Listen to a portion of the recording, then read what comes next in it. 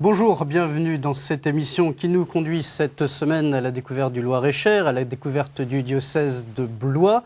Un diocèse rural, le Perche, la Beauce, la Sologne, terre d'agriculture et d'élevage, terre d'histoire également, plus d'1 millier de châteaux, pour s'en citer Chambord, Blois, Cheverny, des manoirs et édifices religieux font du Loir-et-Cher le département à la plus forte spécificité touristique de la région centre. Monseigneur Maurice de Germigny, bonjour. Bonjour, je suis très heureux de me retrouver à Catéo. Merci de m'avoir invité. Vous êtes là l'évêque du diocèse de Blois depuis 1997 Tout à fait, maintenant. oui. Et aujourd'hui, vous souhaitez davantage de coordination dans votre diocèse. Il s'agit que les forces vives se rapprochent. Et alors pour cela, vous créez cette année un conseil diocésain de la pastorale. À peu près 130 personnes sont concernées, des prêtres, des diacres, des religieux, des laïcs.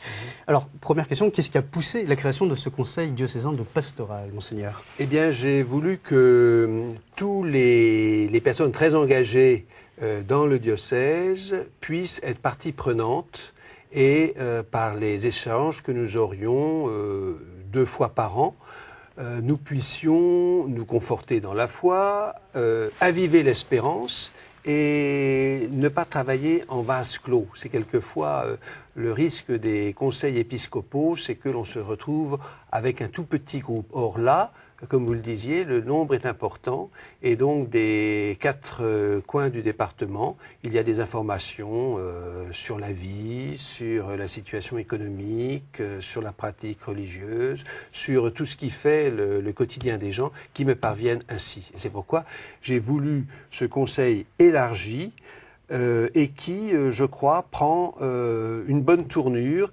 et on va se retrouver dans quelques semaines. Et ce sera, en fait, le thème sera comment dire et faire que ceux qui souhaitent connaître le Seigneur puissent l'entendre. Alors, c'est-à-dire que vous avez un certain nombre d'informations à la base qu'il faut qu'elles puissent remonter ces informations. Et aujourd'hui, donc, vous avez ce conseil diocésain qui centralise en fait toutes ces informations. Tout à fait. C'est Oui. un but d'organisation uniquement ou il y a une pastorale. petite équipe de continuité qui suit l'ensemble des travaux, mais il y a ces assemblées générales où il y a cette confrontation, cet apport de différents courants. Et c'est là où je crois qu'il y a des choses très nouvelles à trouver. Et dans la pastorale, il ne faut pas que les décisions épiscopales soient ficelées d'avance. Voilà, quand je dis ça, c'est pas une parole qui se voudrait démagogique, mais l'esprit souffle où il veut et il faut être à son écoute. Et c'est bien pourquoi j'ai voulu qu'il y ait ce conseil qui m'a été suggéré d'ailleurs par un ami évêque qui est maintenant archevêque de Lille. J'ai cité Monseigneur Laurent Ulrich. Alors, vous avez dit donc 2 réunions par an, 2 assemblées par an. L'objectif de ces assemblées, c'est quoi? C'est de sortir des textes d'orientation? Bien, actuellement, nous sommes en train de revisiter, si je puis employer ce terme, le synode de Blois qui a été célébré il y a 10 ans. Alors, il y a 10 ans, 50 décrets ont été promulgués pour organiser le diocèse dans toutes ses composantes. Alors, en 10 ans, qu'a-t-on fait? Qu'est-ce qui a marché? Qu'est-ce qui ne marche pas? Qu'est-ce qui bloque? Et donc, pour l'instant, nous revisitons ce grand moment qui avait réuni toutes les forces vives il y a 10 ans, alors que l'on fêtait le 300e anniversaire de la création du diocèse de Blois. Alors aujourd'hui, votre slogan, c'est que l'Église sorte de ses frontières. Ça veut dire que ces 10 dernières années, ça ne l'a pas été assez? On est tout le temps forcé de sortir de ses frontières, et ne serait-ce que par ceux qui habitent à l'intérieur des frontières et qui nous posent beaucoup de questions. Une chose qui m'a beaucoup frappé durant ces 10 années, c'est les questions posées par les jeunes que je rencontre, les jeunes adultes, ceux qui ont des professions très variées et qui parcourent le monde.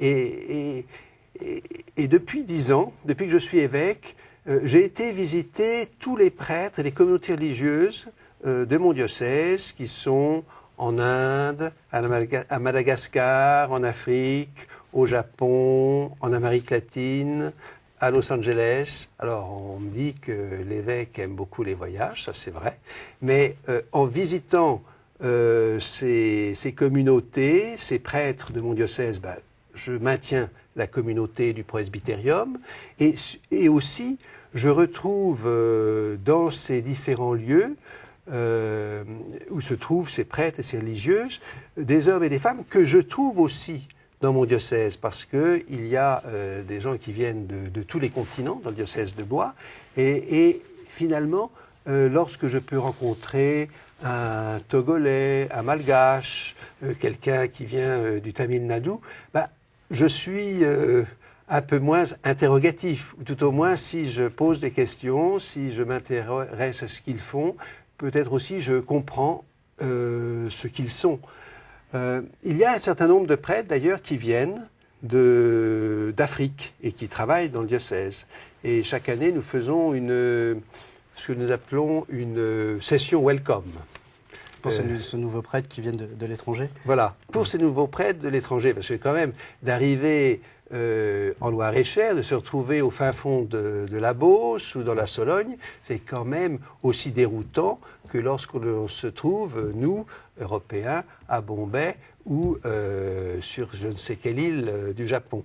Alors si je comprends bien, comme beaucoup de diocèses, vous avez des prêtres à l'extérieur de vos frontières diocésaines. Oui. Vous n'avez pas envie de les faire revenir aujourd'hui, vos inquiétudes, on le sait, hein, c'est comme beaucoup de diocèses, c'est la baisse de la pratique religieuse, la baisse des vocations. Concernant les ordinations, chez vous, on voit ces images d'octobre dernier, c'est les 2 dernières ordinations. Vous ne vous dites pas, on a quand même besoin de vous chez nous? Oui, mais je reprendrai une formule de saint Paul. L'évêque doit avoir le souci de toutes les églises. Et donc, le diocèse aux armées a fait appel à plusieurs prêtres de mon diocèse. Il y a actuellement 2 prêtres, il y en a un à Djibouti, l'autre qui se trouve en France, mais au service de la gendarmerie. Il y a des prêtres en Amérique du Nord, il y en a au Nicaragua.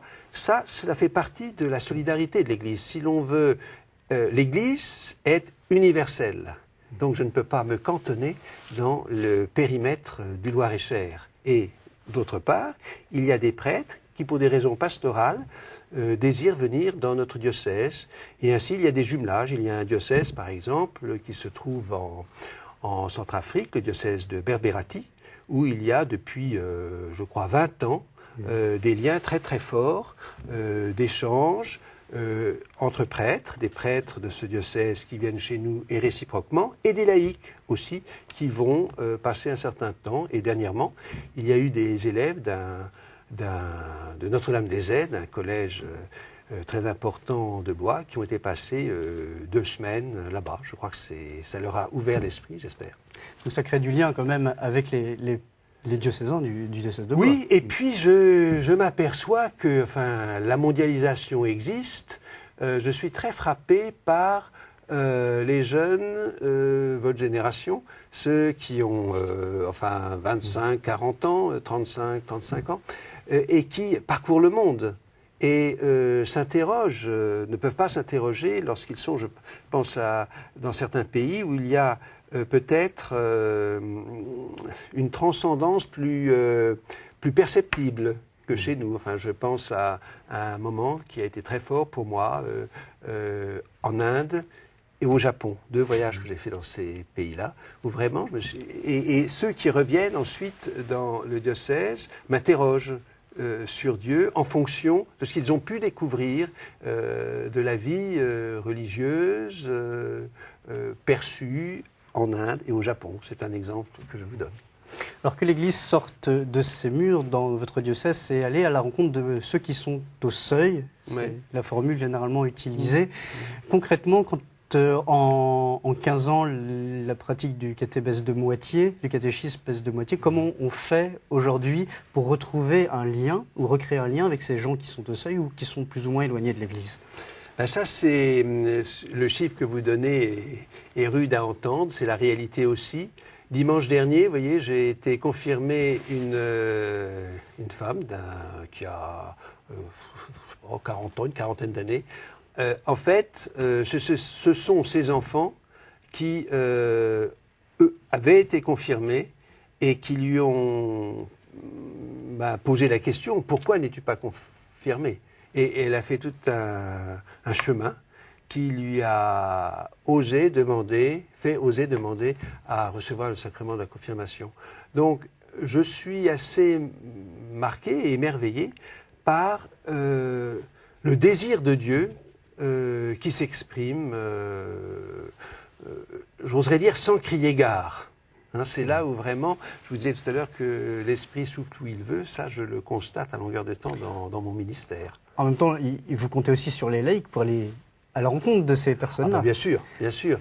Et c'est, quand vous évoquiez le conseil diocésain pastoral, il y a des prêtres, et vous l'avez bien mentionné, des laïcs, et la majorité sont des laïcs.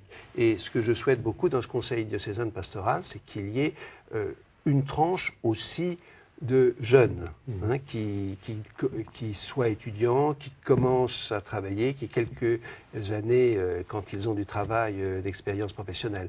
Parce que, évidemment, ce qu'ils apportent, nous fait, à nous, ayant un certain âge, ou peut-être des catégories un petit peu enfermées, ouvrir nos yeux et nos oreilles. Vous arrivez à mobiliser des jeunes aujourd'hui ? Oui. C'est difficile, mais il n'y a pas de secret. Je peux faire des prêchis-prêchas, ça ne sert pas à grand-chose. Ce qui mobilise les jeunes, ce sont les gens qui sont sur le terrain, et je pense à des laïcs, je pense à des prêtres, je pense à des religieux, des religieuses qui sont donnés à plein pot à leur mission. Les jeunes sont attirés, ils viennent et demeurent. Alors, dans votre diocèse, pour qu'on comprenne bien comment il fonctionne, il n'y a pas de paroisse nouvelle au sens strict du terme, comme il peut y avoir dans d'autres diocèses. C'est-à-dire que vous souhaitez que les paroisses continuent à vivre, même s'il n'y a pas forcément de prêtres ou de communautés chrétiennes vivantes sur place? Alors, il y a toujours 292 paroisses, avec chacun son jargon. Dans chaque diocèse, vous devez vous en apercevoir, ce qu'on appelle des points d'appui, c'est-à-dire des lieux où les prêtres, en principe, vivent en communauté, à 3 ou 4, ou s'ils vivent à proximité, que les prêtres et les différentes équipes de laïcs qui existent sur un secteur ou un ensemble de secteurs puissent s'appuyer mutuellement. Parce que je crois qu'il faut faire une économie de force. On ne peut pas avoir 3 secteurs avec 3 équipes de préparation au baptême. Il faut qu'il y ait une équipe de préparation au baptême qui puisse susciter la réflexion et la préparation des familles de tout un ensemble. Alors c'est là un petit peu cette originalité qui commence à fonctionner. Je crois, en 10 ans, il y a des repères, mais les gens sont très attachés à leur diocèse. À leur village. Oui, et là, je vais vous citer un petit exemple. Je me demande si j'en avais pas déjà parlé, mais on peut répéter parfois. Il y a un village qui s'appelle Roujoux, 180 habitants, qui est en train de restaurer une église qui avait été désaffectée, mais qui était toujours debout. Et dans quelques temps, je vais bénir à nouveau cette église pour que le culte puisse y être célébré. Et ces gens sont tellement attachés à leur village, à leur commune, à leur paroisse, qu'ils ont même demandé et obtenu du préfet qu'un champ soit acheté pour qu'il serve de cimetière. Donc vous voyez, la communauté de ce village de Roujoux, en Sologne viticole, recrée sa paroisse, tout en étant ouvert, bien sûr, au reste. Et ce n'est pas pour autant qu'un curé va s'implanter à Roujoux. Mais c'est vous dire l'attachement. Et j'y tiens beaucoup parce que si ces églises ne sont plus animées de diverses manières, c'est un enracinement qui disparaît. Et animer une église de diverses manières, il y a les mariages, il peut y avoir des baptêmes, les fêtes patronales, bien sûr, des funérailles, et puis à certains moments, quand il fait, par exemple au mois de mai, nous allons entrer, il y a des lieux où le mois de Marie est célébré. Enfin, il y a 1000 manières de faire en sorte qu'une église soit ouverte, habitée et propre, accueillante. Tout à l'heure, vous parliez des 1000 châteaux du Loir-et-Cher. Je ne savais pas qu'il y en avait autant. Il y a... Édifice visité aujourd'hui. Hein. Oui. Eh bien, pour moi, c'est scandaleux que si les églises sont fermées. Hein, parce que les églises, on comprend tout à fait qu'il faille verser quelques euros pour visiter un château et favoriser son entretien. Les églises, elles, eh bien, c'est le signe de l'incarnation du Christ, et donc elles doivent être ouvertes, on peut y entrer à toute heure. Ce biais de la culture, du tourisme, ça peut être aussi pour vous un terrain d'évangélisation, de mission? Tout à fait. L'Église, c'est le signe du Christ présent au milieu de nous, avec toute cette tradition très très ancienne. Enfin, on a des édifices pré-romans, donc d'avant l'an 1000, avec des lieux qu'on connaît où il y avait les ermites qui habitaient au 5e, 6e siècle. Donc tout ça, c'est une transmission. Et quand je vous évoquais l'église de Roujoux, eh bien c'est ce désir de ces quelques habitants, 180 habitants, qui veulent absolument que leur église continue à scander la vie de la population. C'est extraordinaire, ça. Alors une particularité dans le diocèse de Blois, c'est que vos prêtres sont soutenus par une communauté, donc la communauté Saint-Martin, qui donc s'occupe d'un certain nombre de paroisses aujourd'hui. Oui.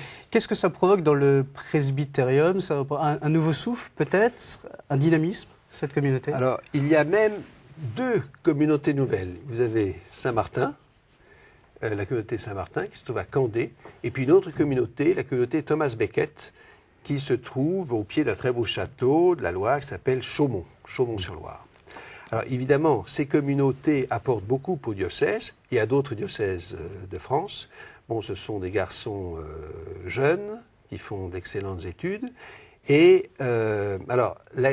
qui ont plusieurs secteurs pastoraux dans le diocèse de Blois. La question ou plutôt la tentation dans laquelle il ne faut pas que je tombe, c'est de faire par trop appel à eux.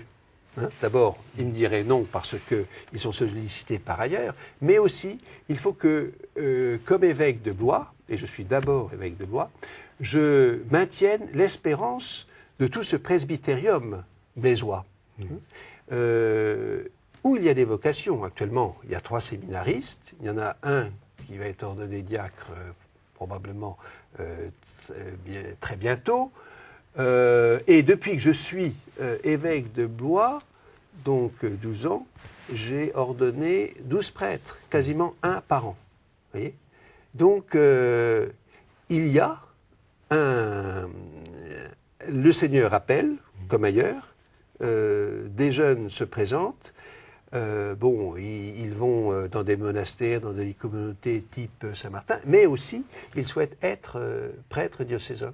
Et alors, est-ce qu'ils font aussi partie de ce conseil diocésain de la pastorale? Tout à fait. Et est-ce qu'ils partent aussi avec vous? On va voir ces images de Terre Sainte, puisque vous êtes partis en Terre Sainte avec les prêtres et les diacres de votre diocèse en septembre ou en octobre dernier. Est-ce qu'ils partent avec vous? Tout à Est-ce fait. qu'ils participent ils sont plein pot du presbytérium. Et il y a des prêtres de Saint-Martin, c'est comme ça qu'on les appelle, qui font partie du conseil presbytéral.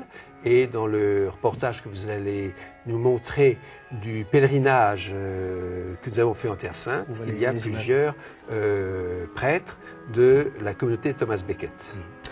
C'est l'occasion de quoi pour ces prêtres, ce pèlerinage en Terre Sainte? C'est l'occasion de retrouver un nouveau souffle, de se poser peut-être des questions d'actualité sur la vie des chrétiens aujourd'hui? L'idée m'est venue lorsque Benoît XVI a fait sortir son ouvrage Jésus de Nazareth. Vous savez, signé Joseph Ratzinger, Benoît XVI. Et donc, j'ai proposé au prêtre du diocèse d'aller le lire ou le relire sur le terrain. Voilà, c'est comme ça que c'est venu. Et donc, Nous étions une 25 prêtres. Il y avait aussi des diacres permanents et leur épouse.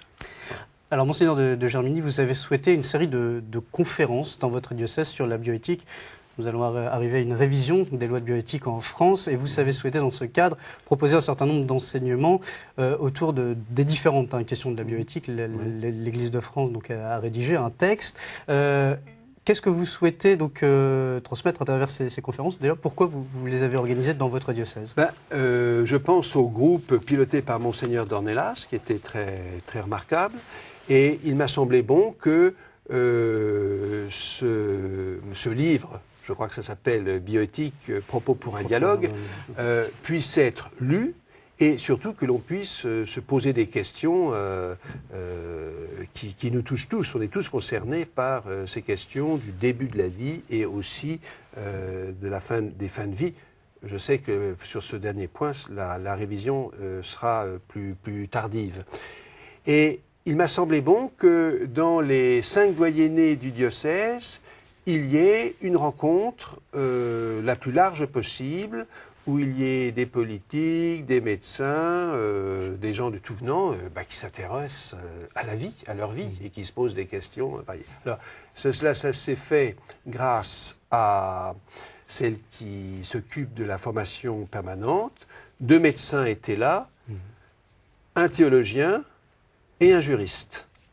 Donc, durant 2 heures, il y avait des exposés, il y avait aussi quelques films et surtout un échange, questions-réponses. Et vraiment, il y avait les questions-réponses, j'oserais dire, dites coram omnibus, les gens levant le doigt et les médecins ou le juriste, ou moi-même j'étais sollicité répondant. Et puis après, il y avait des gens qui venaient poser une question dans l'oreille du médecin. Donc on sent que ce sont des questions de vie et de mort aussi qui passionnent les gens. Et donc, il m'a semblé bon qu'il y ait ce débat le plus ouvert possible. Vous pensez qu'aujourd'hui, la bioéthique n'est pas qu'une histoire de spécialistes? Il y a des spécialistes qui approfondissent la science, mais on est tous concernés par cela. Pourquoi? Parce que c'est notre présent et notre avenir. Vous voyez, moi j'étais assez mêlé à l'affaire du Téléthon il y a quelque temps. Bon, j'avais réagi par rapport aux dons, ça a soulevé une polémique. Bon, j'étais émerveillé de voir combien la polémique qui avait été soulevée avait permis aussi d'approfondir un certain nombre de questions scientifiques et qu'il fallait que les scientifiques nous disent à nous, évêques, qui pouvons avoir un discours très enfermé sur la morale, mais soyez aussi conscients des enjeux. Ça ne veut pas dire biffer la morale, mais pouvoir faire une alliance entre la foi et la raison. Ça, c'est capital. Alors, Monseigneur de Germigny, nous arrivons presque au terme de cette émission. Il y a quelques temps, vous avez, donc c'est un fait un peu exceptionnel dans votre diocèse, et pour vous aussi, j'imagine, vous avez remis récemment la croix de chevalier dans l'ordre de Saint-Grégoire le Grand.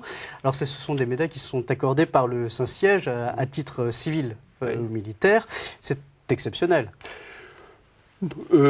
C'est des décorations, ça fait déjà plusieurs années, je crois que j'ai dû faire 3 promotions, si je peux m'exprimer ainsi, pour remettre tant à des hommes qu'à des femmes des décorations pontificales. Il y a des décorations diocésaines, mais il y a des hommes et des femmes qui ont énormément donné à l'église de Blois, et leur rayonnement, me semble-t-il, dépassait les frontières.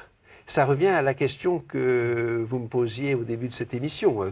Est-ce que vous êtes enfermé? Est-ce que vous essayez d'ouvrir les limites de votre diocèse? Par ces décorations... C'est vous qui avez souhaité les remettre. Bien sûr. C'est vous qui avez demandé au Saint-Père. Oui. Bien sûr, j'ai écrit une belle lettre. Le Saint-Père vous nomme chevalier de Sarajevo, mais c'est à ma demande. Hein. Et donc j'ai écrit à la secrétaire d'État pour dire, ben voilà, monsieur Untel a favorisé le développement de la radio. C'est une chose, quand je suis arrivé dans le diocèse, il n'y avait pas de radio. Et c'était vraiment un grand désir que j'avais. Que vous utilisez d'ailleurs toutes les et semaines. Alors maintenant, on a cette radio. Pour parler vos diocésains. Ça va au-delà du diocèse.